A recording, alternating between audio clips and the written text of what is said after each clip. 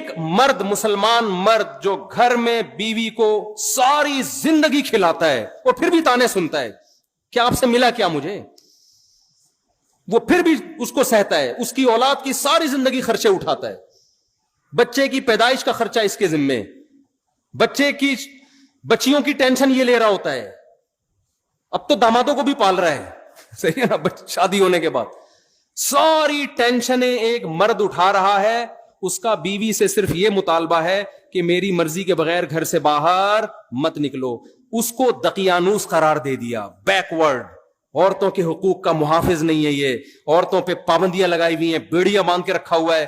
اور گورا جو کمبخت اپنے خرچے پہ, شکر ہے کمبخت کا انگلش میں ترجمہ نہیں ہے, ورنہ گورے بھی کچھ بیان سنتے ہیں نا, ان کو کیا پتا کمبخت کا کیا مطلب ہے. اگر آپ سے کوئی ٹرانسلیشن کروائے تو اس کو بولے قابل احترام, ہاں, کیونکہ بعض دفعہ گورے بھی سن رہے ہوتے ہیں, رپورٹیں آئی ہیں اس طرح کی. تو گورا کمبخت ساری زندگی عورت سے مزے اڑائے گا, ساری, بالغ ہوتے ہی گرل فرینڈ پہ کوئی خرچہ ہوتا ہے, کوئی خرچہ نہیں ہوتا ان کا. یہ آپ لوگ کے وہم ہے کہ گرل فرینڈ پہ, ان کے گرل فرینڈ پہ بھی 5 روپے بھی خرچ نہیں کرتے. گرل فرینڈ برگر کھائے گی اپنے پیسوں سے, اور لڑکا برگر کھائے گا. ہمارے ہاں تو گرل فرینڈ میں آدھے ہو جاتے ہیں لوگ. وہ ایک آدمی گیا نا گرل فرینڈ کو لے کے ہوٹل پہ, کہتا ہے اللہ کے نام پہ 2 دودھ پتی دے دے. اس نے کہا کمبخت دوسری دودھ پتی کس کے لیے, اور اللہ کے نام پہ کیوں مانگ رہا ہے؟ کہہ رہے یار وہ گرل فرینڈ آئی ہوئی ہے. تو کہا کمبخت تو اتنا غریب ہے تو گرل فرینڈ کیوں رکھی ہوئی ہے تو نے؟ کہہ رہا رکھ کے غریب ہو گیا ہوں, پہلے نہیں تھا, اتنا خرچہ کیا اس کے اوپر. گرل فرینڈ پہ, بیوی پہ تو اس سے بھی زیادہ خرچے ہیں. اس کے تو ماموں جب آئیں گے تو ان کے لیے سموسے لے کر آؤ, اس کے پاپا آئے ہوئے ہیں تو ان کے لیے رول لے کر آؤ, اس کے چاچا آئے ہوئے ہیں تو اس کے لیے جلیبیاں لے کر آؤ, ان کو یہ پسند ہے, ان کو وہ پسند ہے. ایک طویل سلسلہ, لامتناہی, نہ ختم ہونے والا سلسلہ. ان کو کیا کہہ دیا گورے نے؟ بیکورڈ, عورتوں کی زنجیریں باندھی ہوئی ہیں. اور گورا ساری زندگی عورت سے عیاشی کرتا ہے, مزے اڑاتا ہے, 1 روپے بھی اس پہ خرچ نہیں کرتا. اور اتفاق سے 50 سال میں جب وہ شادی کر بھی لیتا ہے تو آپ جا کے پوچھیں, ایک چائے کی پیالی اپنے خرچے پہ اپنی بیوی کو نہیں پلاتا وہ. تو اس بدماشی, یہ چرس ہے نا, یہ وہی ہے کہ چرسی تھے, نام کیا رکھ دیا؟ کیونکہ مہذب قوم ہے نا, گورے ہیں بھائی, مہذب ترقی یافتہ قوم ہے, چاند پہ قدم رکھا ہے, مریخ پہ جانے کی باتیں ہو رہی ہیں. وہ کیسے یہ کہہ دیں گے کہ ہم مہذب لوگ نہیں ہیں؟ وہ کیسے مان لیں؟ تو انہوں نے کیا کیا, تہذیب کی ڈیفینیشن کو کیا کر دیا؟ چینج. میں سمجھا پا رہا ہوں کہ نہیں کھوپڑی میں آ رہی بات؟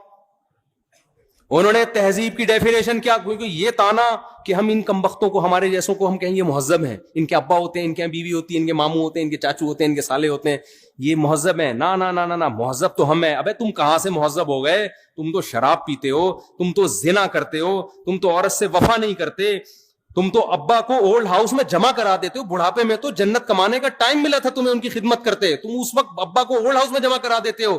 وہ کہتے ہیں اس سے کیا ہوتا ہے, اولڈ ہاؤس میں ان کی خدمت گورنمنٹ کرتی ہے, زیادہ اچھے طریقے سے پلتے ہیں وہ. اور اگر لڑکی راضی ہے تو ہم نے زنا کر لیا, تو زنا کیا ہے؟ یہ تو آپس کے ریلیشن ہے. انہوں نے تہذیب کی ڈیفینیشن کو کیا کر دیا؟ چینج.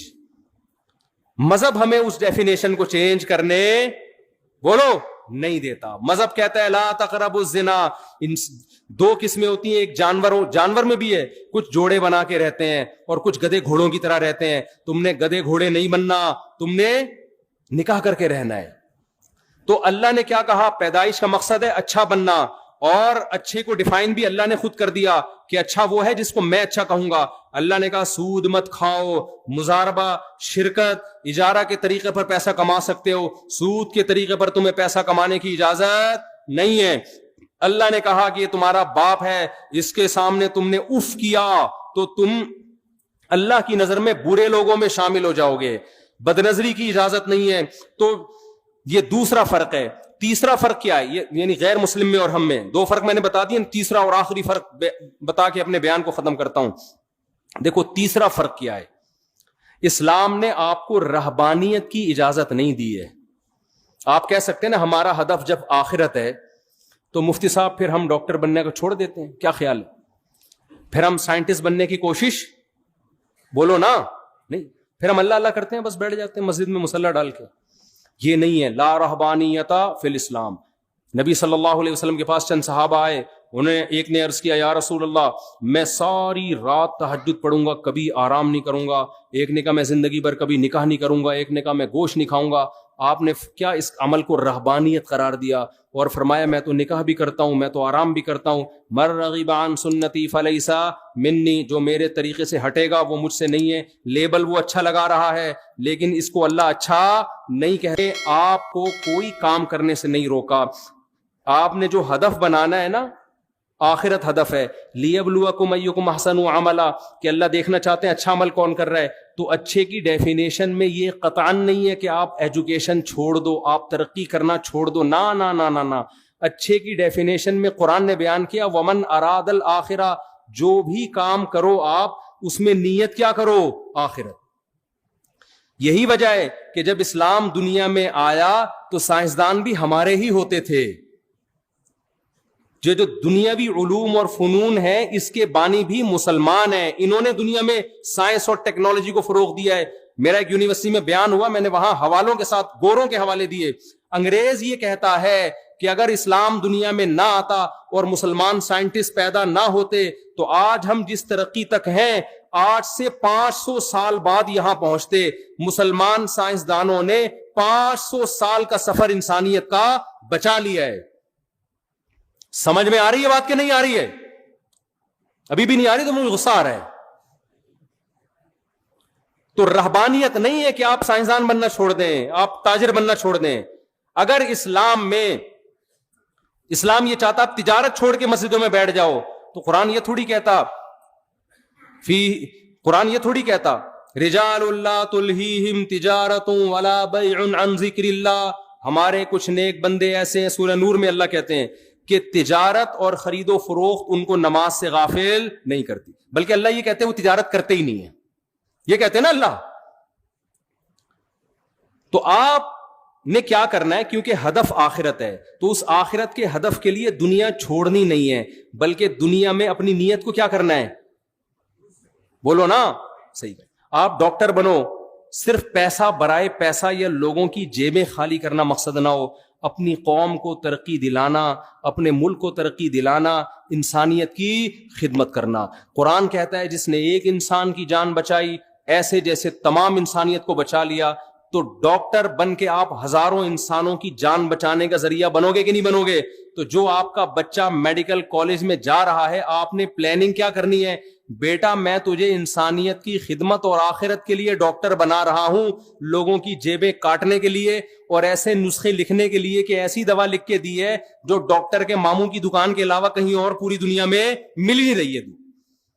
آج ڈاکٹر دوا لکھ کے دیتا ہے, ڈاکٹر کے ماموں کا میڈیکل اسٹور ہے, اس کے علاوہ پوری کائنات میں WHO سے رابطہ کر لیں آپ, وہاں بھی نہیں ملے گی آپ کو. اس کا مطلب کیا ہے؟ اس ڈاکٹر کا مقصد پیسہ کماؤ بھائی, آپ بنے ہو, خرچہ ہوا ہے, کس نے منع کیا ہے؟ لیکن اس کے ساتھ ظلم تو نہ کرو نا. جو ڈاکٹر ایسا نسخہ لکھ کے دے رہا ہے جو اس کے چاچو کے علاوہ کسی اور دکان پہ میڈیکل میں ملتا ہی نہیں ہے, اس کا مطلب اس کا مقصد آخرت, یہ دھوکہ دے رہا ہے, زیادتی کر رہا ہے. ایک دوا مہنگی ہے, وہی فارمولے میں دوا سستی بھی مل رہی ہے, لیکن اس کمپنی نے آپ کو گفٹ دیے ہوئے ڈاکٹروں کو. ایسا ہوتا ہے کہ نہیں ہوتا؟ تو ڈاکٹر جان بوجھ کر وہی فارمولا, وہی نسخہ مہنگی کمپنی والا لکھ کے دے رہا ہوتا ہے. تو اسلام نے آپ کو منع نہیں کیا, جس فیلڈ میں ہو اسی میں خدا کو تلاش کرنا ہے, لیکن وہ فیلڈ حلال ہونی چاہیے, حرام نہیں, کیونکہ حرام میں خدا ملتا نہیں ہے. آپ کو فنکار بننے کی اجازت نہیں ہے, گلوکار بننے کی اجازت نہیں ہے, فلم انڈسٹری میں جانے کی اجازت نہیں ہے, آپ کو تاجر بنے لیکن چرس بیچنے کی اجازت نہیں ہے, شراب کا بزنس کرنے کی اجازت نہیں ہے. یہ تیسرا فرق ہے ان لوگوں میں جو اسلام کو مانتے ہیں اور جو اسلام کو نہیں مانتے. گورا جب دنیا کا کوئی کام کرتا ہے اس کے سامنے آخرت نہیں ہوتی, مسلمان جب کوئی کام کرتا ہے اس کے سامنے آخرت ہوتی ہے.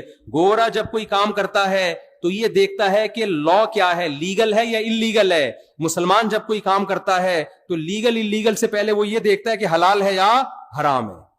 تو یہ 3 کام اگر آپ نے کر لیے تو میرے بھائی پھر اللہ نے آخرت میں ہمارے لیے خوشخبریاں رکھی. اور آخری اور سچی مچی کی آخری بات, آپ کہیں گے آخری کر کے پھر 1 گھنٹہ کھینچ دیا, سچی مچی کی آخری بات, بالکل سچی مچی کی, کیونکہ ماشاءاللہ اتنے لوگ اکٹھے ہوئے پھر کہاں پکڑائی میں آتے ہیں اتنے آرام سے لوگ. دیکھو ہر پیغمبر نے اپنی قوم میں جا کے اس گناہ کو ہائی لائٹ کیا ہے اور اس پہ رد کیا ہے جو اس قوم میں بہت زیادہ رائج ہو گیا. شعیب علیہ السلام نے اپنی قوم کو کیا سمجھایا؟ ناپ تول میں کمی مت کرو. اس سے پتہ چلتا ہے اس قوم میں سب سے بڑا جرم شرک کے بعد کیا تھا؟ ناپ تول میں کمی. لوط علیہ السلام نے اپنی قوم کو ناپ تول میں کمی کا کچھ نہیں کہا. اس سے لگتا ہے کہ وہ ایسا نہیں کرتے تھے. ان میں لڑکوں سے بدفعلی عام تھی. لوط علیہ السلام کی پوری دعوت اس پر تھی کہ تم ان عورتوں سے نکاح کیوں نہیں کرتے, لڑکوں سے بدفعلی کیوں کرتے ہو, یہ اتنی بدترین بے حیائی کا ارتکاب کیوں کرتے ہو؟ وَتَذَرُونَ مَا خَلَقَ لَكُمْ رَبُّكُمْ, جس خدا نے تمہارے لیے جس کو بنایا ہے اس کو چھوڑ کر کسی اور جنس کے پیچھے کیوں لگے ہوئے ہو؟ تو ہر پیغمبر نے اس جرم کو زیادہ فوکس کیا ہے جو اس قوم میں رائج تھا. ہماری قوم میں بھی بہت سارے جرائم ہیں, ناپ تول میں کمی بھی ہے, 2 نمبری بھی ہے, لیکن آپ کو 2 نمبر بھی ملیں گے, 1 نمبر بھی ملیں گے. ہمارے ہاں بہت سارے جرائم ہو رہے ہیں, ماں باپ کے نافرمان بھی ملیں گے, لیکن ہول سیل کے حساب سے ماں باپ کے خدمت گزار بھی آپ کو بولو ملیں گے. لیکن ایک جرم ایسا ہے جو تقریباً کامن ہو گیا ہے اور اس کے پھیلنے کی اسپیڈ بہت زیادہ ہے, وہ ہے بے حیائی. سمجھتے ہو؟ اس کو لوگوں نے جرم کی فہرست سے نکالا. میں عمرے پہ گیا تو مجھے جو روم ملا ہوا تھا اس کے ساتھ ایک روم تھا, اس میں ایک فیملی آئی ہوئی تھی. پوری رات ان کے کہکے, مجھے نیند نہیں آتی تھی اس اتنی زور سے آواز. ایک دن میں نکل گیا, میں نے ان سے پوچھا یار یہ تھوڑا رات کو تو آرام کر لو, کون ہو؟ تو پتا چلا جی کزنوں کے ساتھ لڑکوں کا گروپ آیا ہوا ہے عمرہ کرنے کے لیے. میں نے ان سے کہا دیکھو عمرہ کرنا فرض نہیں ہے, لیکن آپ کی جو فیمیل کزن ہے اس کا آپ سے پردہ کرنا بولو ضرور. بالفرض پردہ نہیں کرتی تو کم از کم فری تو نہ ہونا. ایک جوان کزن بیٹھے ہوئے ہیں, یہ لڑکیاں بیٹھی ہوئی ہیں اور ایک ہی کمرے میں سو بھی ادھر ہی رہے ہیں, گپے بھی ادھر ہی مار رہے ہیں. یہ کتنی بڑی خدا کے غضب کو دعوت دینے والی بات ہے. ہم ہندو تھوڑی ہیں, ہم کوئی کافر تھوڑی ہیں, انگریز تھوڑی ہیں. محرم نا محرم کا کی اصطلاح انگریزوں میں ہے بولو نا. وہ مذہب کو نہیں مانتا, جیسے چائنا والے مذہب کو نہیں مانتے. وہ کھانا کھانے سے پہلے یہ نہیں دیکھتے کہ حلال ہے حرام ہے پاک ہے نہ پاک ہے, وہ کہتے ہیں پروٹین فل آف پروٹین ہے یا نہیں ہے. یہ کتا بھی کھا جاتے ہیں کیونکہ کتے میں گائے سے زیادہ پروٹین ہے ان کی رائے کے مطابق. تو ان کے یہاں حلال حرام محرم نا محرم نہیں ہے. تو آپ ادھر چلے جاؤ بھائی, پھر چھوڑ دو کزن کیا ہوتی ہے اور خالہ وہ محرم کیا ہوتی ہے, چھوڑ دو. اسلام نے تو پورا ایک دیوار کھینچی ہے. اور سورہ نور میں بھی سورہ حجاب میں بھی پوری ڈیٹیل قرآن نے بیان کی ہے. یہ محرم ہے اور یہ نامحرم. لا یبدین زینتہن, عورت اپنی زینت کو ظاہر نہیں کر سکتی الا لآبائہن, سوائے اپنے باپ دادا کے سامنے, بعولتہن, اپنے شوہر کے سامنے, اور ابناء بعولتہن, ابناء بعولتہن, اپنے شوہر کے بیٹے جو ستیلا بیٹا ہے. ایک رشتے کا نام لے کے قرآن نے بتایا کہ ان کے سامنے زینت ظاہر کر سکتی ہو, بے تکلف ہو سکتی ہو. اس کے علاوہ ساری دنیا کے سارے مرد تمہارے لیے کیا ہیں؟ نامحرم. آج ہم ماڈرن ہوتے ہوتے اتنے ماڈرن ہو گئے ہیں کہ محرم نامحرم کی ٹرم ایک مولویوں کی ٹرم سمجھی جاتی ہے, دقیانوس لوگوں کی ٹرم سمجھی جاتی ہے. کوئی نوجوان اپنی کزن سے ہنس کے بات نہیں کر رہا, رشتہ دار اسے کہیں تمہاری کزن ہے یار گپ شپ لگاؤ, وہ کہ یہ میری لیے نامحرم ہے, تو کیا کہتے ہیں؟ دقیانوس. پرانے خیالات کا. انسان کا دل صاف ہونا چاہیے. میں سمجھا پا رہا ہوں اپنی بات؟ او بھائی یہ کیا ہو رہا ہے یہ معاشرے میں؟ خدا نہیں چھوڑے گا, دنیا کچھ نہیں, دنیا تو آپ کی اور عزت کرے گی. بڑا لبرل ہے, بڑا ماڈرن ہے, بڑا ماڈرن ہے, خدا نہیں چھوڑے گا. یہ یاد رکھو. یہ جو اللہ بھینس کے دودھ پلا رہا ہے نا ہمیں, سوکھے چارے کھلا کھلا کے بیچ سے خربوزے نکال رہا ہے, اس کا اللہ ہم سے قیمت لے گا. پوری قیمت نہیں, صرف اتنی کہ تم نے شکر ادا کیا. کہ پوری قیمت تو کوئی بھی نہیں دے سکتا. اللہ اتنا پوچھے گا کہ خربوزے کھا کے اور میری نعمتیں صبح شام کباب پراٹھے کھا کے, کمبختو میں نے تمہیں یہ بتایا تھا کہ یہ محرم ہے یہ نامحرم ہے, یہ فرق تم نے کیا کہ نہیں کیا. اگر آپ لبرل بن رہے ہو, خدا کو آپ کے اسلام کی کوئی ضرورت نہیں ہے. تو مجھے بڑا تعجب ہوا کہ یار اب عمرے جیسے مبارک سفر میں بھی یہ ہو رہا ہے. کزن وہ پوری رات کہہ کے لگ رہے ہیں ایک کمرے میں, تو میں نے ان سے کہا, میں نے کہا اول تو کزن کو چاہیے اپنے میل کزن سے پردہ کرے, پردہ نہیں کرتی بے تکلف تو نہ ہو نا, بے تکلف بھی ہوتی ہے تو اس سفر میں تو نہ ہو, کم از کم اس سفر میں تو نہ ہو. یہ تو عمرے کا سفر ہے. مذہب چند رسومات کا نام رہ گیا ہے جو اسلام کی, یہ پتہ ہے کیا ہے, اس بے حیائی سے آہستہ آہستہ ہمارا فیملی سسٹم کیا ہو جائے گا, تباہ. گورے آج جو گدے گھوڑوں والی زندگی گزار رہے ہیں نا, ابا کا ہی نہیں پتا, ان کے تو خالہ چچا ہی نہیں ہوتی. کبھی سنا اوباما صاحبہ کی خالہ آئی نہیں ملنے کے لیے, عید پہ بلایا انہوں نے اس کو, ہوں گی, مجھے میں اتنا بڑا الزام نہیں لگاتا کسی پہ, لیکن کوئی ویلیو نہیں ہے ان کے یہاں. تو یہ آہستہ آہستہ جو بے تکلفیاں ہو رہی ہیں نا براڈ مائنڈڈ بن کے, اس کی سزا آپ کی نسلوں کو بھگتنی پڑے گی, کیونکہ یہ براڈ مائنڈڈ بڑھتے بنتے آپ پھر وہ حدود آہستہ آہستہ کراس کرو گے جو آج آپ برا سمجھ رہے ہو جس کو, لیکن کل وہ حدود کراس ہوں گی. یونیورسٹیوں میں فیمیل ٹیچرز پڑھا رہی ہیں, لڑکے ان سے فری ہو رہے ہیں, ہاں وہ گپ شپ لگا رہے ہیں, کہہ رہے ہیں براڈ مائنڈڈ, ہماری نیت صاف ہے. آپ کی نیت صاف ہو یا نہ ہو, آپ کو نامحرم سے فری ہونے کی اجازت اللہ نے آپ کے لیے, آپ کی دلچسپی کے لیے صرف اور صرف آپ کی بیوی کو بنایا ہے. اس کے علاوہ اللہ نے آپ کے لیے کسی اور کو نہیں بنایا. جتنا فری ہونا ہے, ہاں ہو ہی کرنا ہے, بیوی کے ساتھ بیٹھ کے کر لو. اس کو لفٹ کرانے کے لیے تیار نہیں. کتنی عورتیں کہتی ہیں کہ ہمارا میاں گٹر کے ڈھکن پہ بیٹھا رہتا ہے سارا دن باہر, اور ہاں گپ شپ ہو رہی ہے, لڑکوں وہ دیکھ رہی ہوتی ہے کھڑکی سے جھانک کے, اور بڑی گپیں چل رہی ہیں, اور اندر آتا ہی ایسے جیسے ناک پہ مکھی بٹھا کے آیا. یہ ہو رہا ہے, یہ خدا کا خوف نہیں ہے نا. بیوی سے مسکرا کے بات کرنے پہ صدقے کا ثواب ملے گا, سالی سے مسکرا کے بات کرنے پر کوئی ثواب بولو نہیں ہے, کوئی ثواب نہیں. تو ہمارا خاندانی نظام آہستہ آہستہ کیا ہو رہا ہے, تباہ. اور خواتین کہتی ہیں ہمیں پردہ نہیں کرنا. بھائی آپ جب دفتروں میں لڑکوں کے ساتھ بیٹھ کے جاب کرو گی تو جو میرڈ لڑکا ہے نا, اس کی اپنی گھریلو لائف کیا ہوگی, خراب ہوگی. وہ آپ میں زیادہ دلچسپی لے گا, بیوی اسے بوجھ لگے گی. اور آپ میں بھی دلچسپی انٹرٹینمنٹ کے لیے لے گا, شادی کرنے کے لیے نہیں لے گا. چاہے میرے 4 شادیوں پہ 100 بیانات سنے ہوئے اس نے, پھر بھی نہیں لے گا. وہ بیان سن کے انجوائے کرے گا, باقی کہے گا چھوڑو یار, ایک کی ٹینشن اتنی ہے کہ روزانہ آلو پیاز ٹماٹر لانے پڑتے ہیں, تو پھر 4 دفعہ لانے پڑیں گے. تو اللہ نے عورت کو پابند کیا کہ وہ پردہ کرے, اور مرد کو پابند کیا کہ وہ نامحرم سے فری بولو مت. تو یونیورسٹیوں میں جو طلبہ ہیں, اسٹوڈنٹس پڑھتے ہیں, کو ایجوکیشن سسٹم ہے, اس کو ختم کرنا ہمارے کنٹرول میں نہیں ہے. میں تو کے پی کے جب بھی جاتا ہوں نا, پشاور اور کاغان, ناران, ان علاقوں میں کہتا ہوں خدا کا واسطہ اپنی نسلوں کی حفاظت کرو, کو ایجوکیشن سسٹم اپنے کلچر میں نہ آنے دو. اتنے کیسز ہیں کو ایجوکیشن سسٹم کی تباہی بربادی. ماں باپ یہ سمجھ رہے ہوتے ہیں ہماری بچی اتنی نیک صالح, اس کو نہیں پتا کہ وہ پروفیسروں اس کو غلط استعمال کر رہے ہیں. ایسے کیسز آئے ہیں, 20 سال کی لڑکی 45 سال کا پروفیسر 1 سال سے اس کے ساتھ بدکاری کر رہا ہے, اور لڑکی ایسے گھر کی کہ باپ سمجھ رہا ہے اس سے زیادہ, میری بیٹی سے زیادہ نیک کوئی ہو نہیں سکتا. یہ کیسز ہیں. تو بیوقوف بنانا لڑکیوں کو کوئی مشکل کام نہیں ہے. ہو سکتا ہے اس نے چھپ کے نکاح کر کے کر رہا ہو, لیکن یہ بھی تو غلط ہے نا. چھپ کے نکاح کر کے بھی اگر بالفرض وہ کر رہا ہے, ہم اچھی تعویل کر لیتے ہیں زنا نہیں کر رہا ہوگا, تو جب وہ ساری زندگی کے لیے تو نہیں کوئی کر سکتا نا ایسے, تھوڑے دنوں بعد چھوڑنا پڑے گا اس کو. کیا باپ کو پتا چل جائے کہ میری بچی کے یہ گل کھلا رہی ہے, وہاں جا کے اس کے دل پہ تو آرے چلیں گے.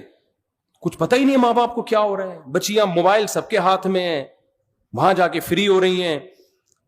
تو کو ایجوکیشن سسٹم تو زہر ہے معاشرے کے لیے, تباہی ہے. لیکن جب تک ہے ہم نہیں تبدیل کر سکتے.